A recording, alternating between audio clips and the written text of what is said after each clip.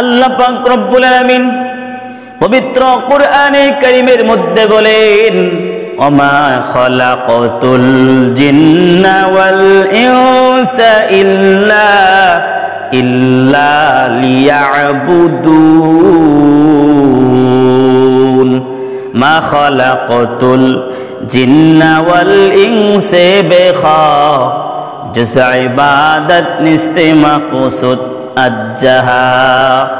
আল্লাহ পাক রব্বুল আলামিন মানুষ এবং জিন জাতিকে ইবাদতের জন্য সৃষ্টি করেছেন। ওই উম্মতের দল আল্লাহ পাক রব্বুল আলামিন পবিত্র কোরআনে কারীমের বিভিন্ন জায়গায় ঘোষণা করে দিলেন, ও দুনিয়ার মানুষ, ইয়া আইয়ুহান নাসু উবুদু, রবের ইবাদত কর, রবের ইবাদত কর, আমি আল্লাহ তাআলার ইবাদত কর। আল্লাহ পাক রব্বুল আলামিন কোরআনে কারীমের অন্যত্র বলেন, ওয়াজকুরুল্লাহা কাসীরা, তোমরা অধিক পরিমাণে আমি আল্লাহকে স্মরণ করো, আল্লাহকে স্মরণ করো। আবার কোথাও বলেন, ফাজকুরুনি আযকুরুকুম, তোমরা আমাকে স্মরণ করো, আমিও তোমাকে স্মরণ করব। আল্লাহ পাক রব্বুল আলামিন বান্দাদেরকে আহ্বান করতেছেন, ইবাদতের জন্য আহ্বান করতেছেন।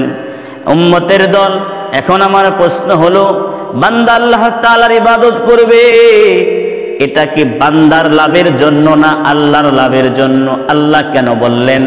এখানে আল্লাহর কি লাভ?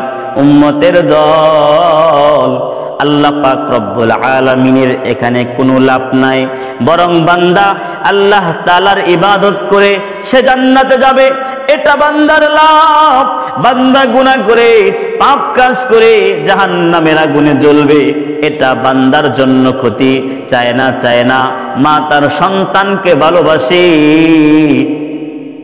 কারণ কি? কারণ কেন ভালোবাসে?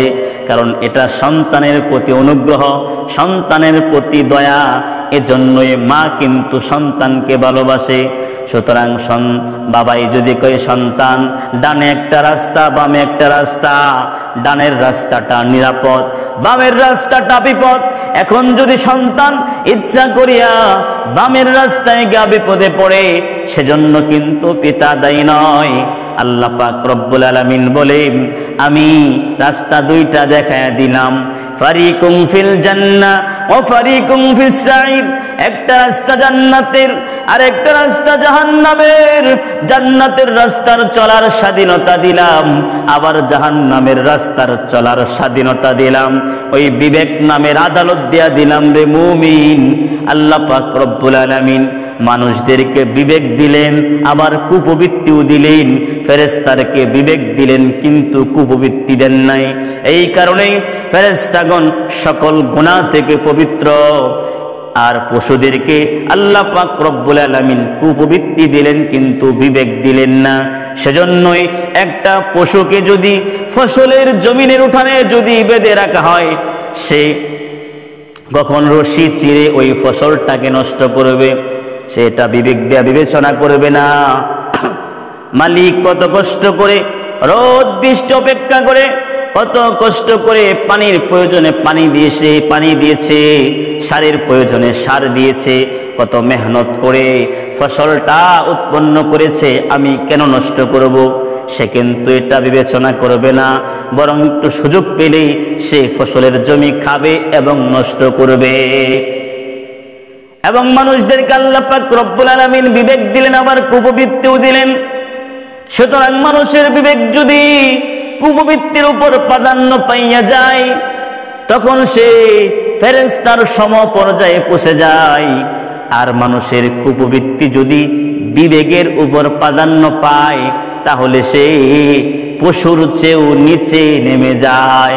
এজন্য আল্লাহ বলেন, ইনহুম ইল্লা কাল আনআমি বাল হুম আযাল, বরং এরা তো পশুর মতো, বরং এরা পশুর চেয়ে অধিক পথহারা।